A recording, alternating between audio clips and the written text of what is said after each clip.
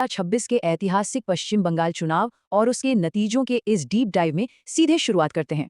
Record 92.93% की भारी voting, इसने 15 साल पुराने स्थापित राजनीतिक युग को पूरी तरह बदल दिया।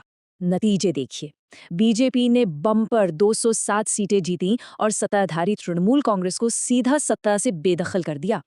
और सबसे बड़ा उलटफेर, निवर्तमान मुख्यमंत्री ममता बनर्जी खुद अपनी भवानीपुर सीट से चुनाव हार गईं, बिल्कुल अप्रत्याशित। इस बड़े बदलाव की वजह 15 साल की सत्ता विरोधी लहर, भ्रष्टाचार के आरोप और अर्थव्यवस्था से जुड़ी चिंताएं।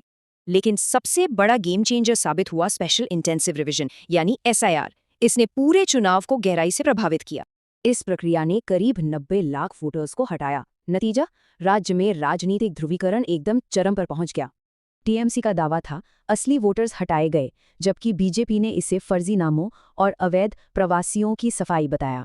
नतीजे आने के तुरंत बाद हालात बहुत बेकाबू हो गए। कई जिलों में चुनाव के बाद भयानक हिंसा भड़क उठी। तनाव तेजी से बढ़ा। हिंसक झड़पों और आगजनी के बाद पुलिस को सख्त एक्शन लेते हुए भारी गिरफ्तारियां करनी पड़ी। हालात दर्दनाक थे। अलग अलग पार्टियों के 3 लोग मारे गए, दफ्तर तोड़े गए और गश्त करते पुलिसकर्मी भी घायल हुए। इस पर चुनाव आयोग ने तुरंत सख्ती दिखाई, साफ आदेश दिया कि हिंसा भड़काने वालों को फौरन गिरफ्तार किया जाए। इसी बीच एक बड़ा संवैधानिक संकट सामने आया। निवर्तमान मुख्यमंत्री ने इस्तीफा देने से बिल्कुल साफ इनकार कर दिया। बनर्जी का दावा था कि जनादेश जबरन छीना गया है, जिसने एक अभूतपूर्व कानूनी और राजनीतिक गतिरोध खड़ा कर दिया।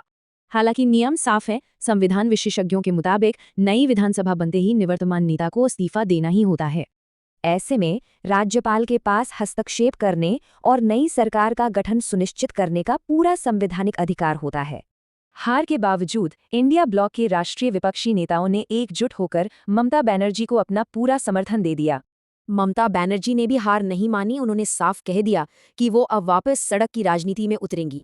तो अब बड़ा सवाल यही है, इस ऐतिहासिक सत्ता परिवर्तन का भारतीय राजनीति के भविष्य पर आखिर क्या असर होगा? अगर ऐसे ही और वीडियोस देखना चाहते हैं तो वीडियो को लाइक, शेयर और चैनल को सब्सक्राइब कीजिए।